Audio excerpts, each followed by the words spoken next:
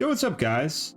The update Hornet Sting trailer dropped today for War Thunder, and I'm hoping to watch it with you guys and break it down, any new vehicles or additions there were to the game, and see if I can help show what these vehicles are capable of or what they'll have in War Thunder. So yeah, I guess we'll get started. Also, that looks really good. So this seems like it's a map graphical rework because this looks way better than how I remember this map in game. Because this was this is a pretty old map in War Thunder. This was added probably like 2015, I think, 2016. If I had to remember properly, it looks really good. Oh. Stop you right there. Alright, now this is the 2S19. This is a self-propelled howitzer designed to be a successor for the 2S3. The vehicle itself was based on the T-80, but it was powered by the T-72's engine, and the self-propelled howitzer was designed in 1980, and production started in 1989.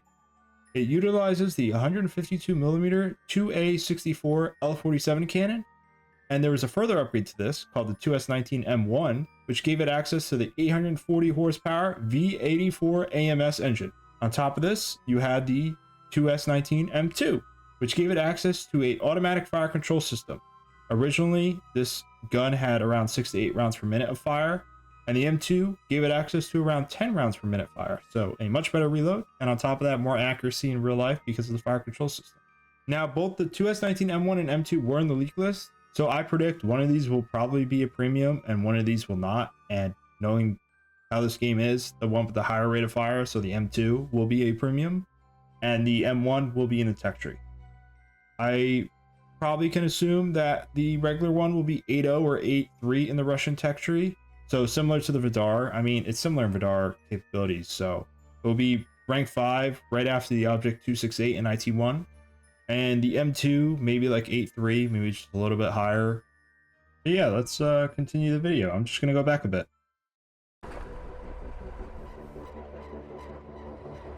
I will say these map graphical updates always look nice. It looked really good on Abandoned Factory when they redid the graphics on it, and that map looked absolutely ancient.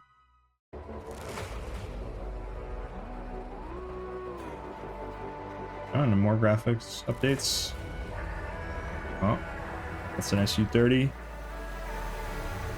Oh, well, there's the Hornet. There it is. There it is. Hornet Sting. Everyone clap and cheer. That's the Hornet.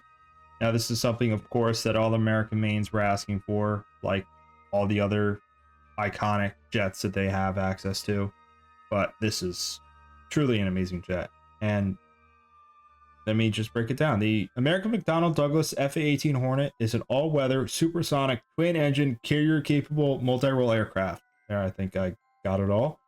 It was designed for both air-to-air and air-to-ground roles, giving it a ton of cast ordnance options, and it entered service in 1983, seeing combat throughout Libya, the Gulf War, the Iraq War, and many others. This aircraft has an extensive and renowned record for its versatility and reliability by all the nations that use it. It is a well-known aircraft, and basically everyone loves this thing. Alongside the regular Hornet, you have the Super Hornet, or the FA-18E, or F. This is a larger and more advanced version of the FA-18C, or the regular Hornet. It's about like 20% larger.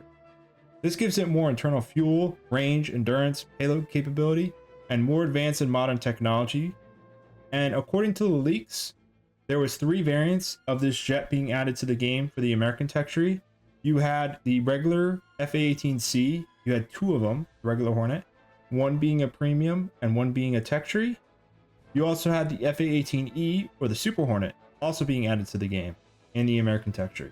You have several other options available as well, such as the Finnish one being added to the Swedish tree. You have the Swiss one being possibly added to the German tree, and if the UK wants one or Italy wants one, you have Australia and Canada for the UK, and you have Spain for Italy. But those ones are probably not going to happen. The only one I'd say is possible is the Swiss or the Finnish one, and both of those were guesstimated to be on there from the leak list.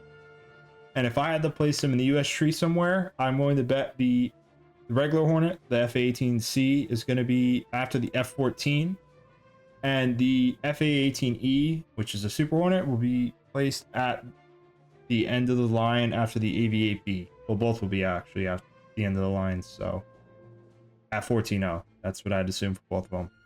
For loadouts, though, you got plenty of options.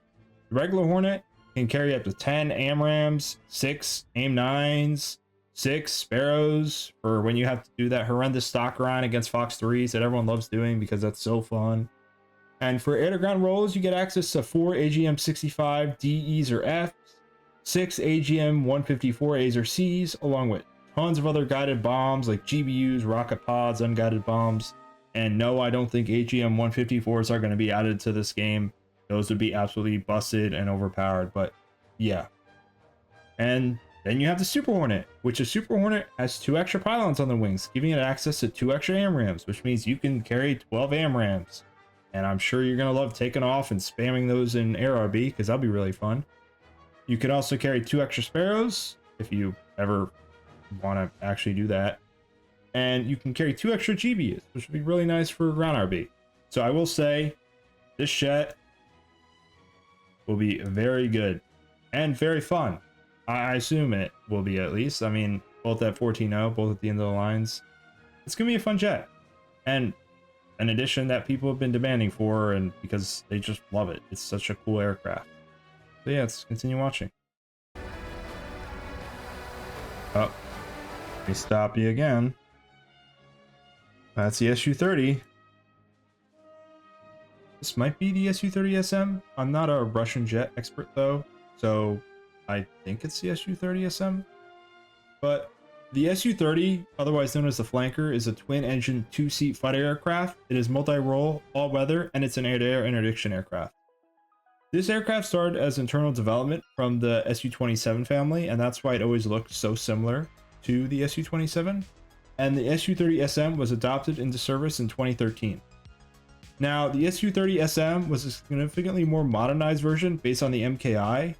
Now, the MKI was the Indian upgrade to the Su-30s that they had because they deemed them obsolete and out of date. So they had this big upgrade program to bring the Su-30s up to speed, and the Russians saw this and were like, wow, our jets are insanely obsolete. Maybe we should start upgrading them. So they actually based their upgrade on an exported upgrade of their own jet because the exported version got better than their own jets. This upgraded version includes a much better radar, a radio communicator, an IFF system, ejection seats, new weapons, new targeting pods, and a new HUD, along with tons of other more modern and minor stuff that are just small enough to not matter in War Thunder. Its loadouts include 6 R-27 EPs, 2 R-27 ET1s, or what everyone's going to be running, 6 R-77s or 77 AEs. And if you want to have some annoying fun in ground RB, you can carry up to 6 KH-29Ts or Ls, alongside various other dumb bombs and unguided rocket pods. In War Thunder, I'm willing to bet the Su-30SM will be placed after the Su-27SM at 14.0. Alright, let's continue the video. More Hornet, more Su-30, even more Hornet.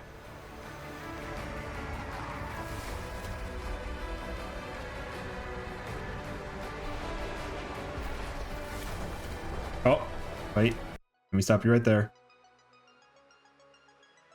That is the Rapier. I think that's probably a better shot right there. You can kind of see the missiles. Now this is the RCM 748 Rapier. This is a tracked short-range SAM system based on the M548 cargo carrier. The Rapier was developed to replace outdated British anti-aircraft guns and was originally designed for independent trailer mountings to be placed around airfields. Alongside with it required to not be reliant on any independent radar stations or trucks, so it could be guided completely SAC-close with any obstacle guidance unit. The tracked Rapier was an attempt to take the in-ground emplacements and turn them into a mobile SAM system, with 8 Rapier missiles alongside an IR dish, radar, and optical guidance unit. This tracked Rapier system consisted of several upgrades over its lifespan. The original one, being the Mark 1, was the Mach 2 7-kilometer range missile, with the Mark 1E being a further upgrade to this, giving it an improved fuse and fragmentation warhead. The most significant upgrade was the Mark 2, however, giving it a dual stage rocket motor, giving it around 15 to 20% longer flight time, so sitting at around 10 kilometers. It also increased the speed to Mach 2.5. Further improvement to this was the Mark IIB. This gave it both crush and IR remote fuses, as well as a blast penetration warhead. In War Thunder, there are several options. If you only add the Mark I, it can be placed at 9.3 to 9.7 before the Stormer AD in the British tree, or if the Mark II is added with around 10 kilometer range, it more than likely can be placed after the OSA at around 10.3, or if you're really pushing it, 10.7. So, I don't know, 7 kilometer SAM at 9.3 or 9.7, and 10 kilometer SAM at 10.3 or possibly 10.7. All right, let's continue the video.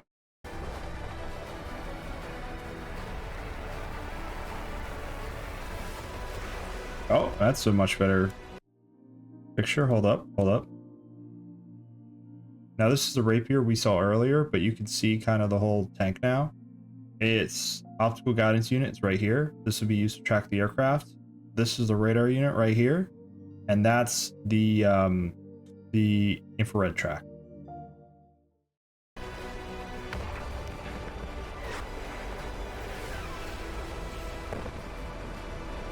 That's a cool camo.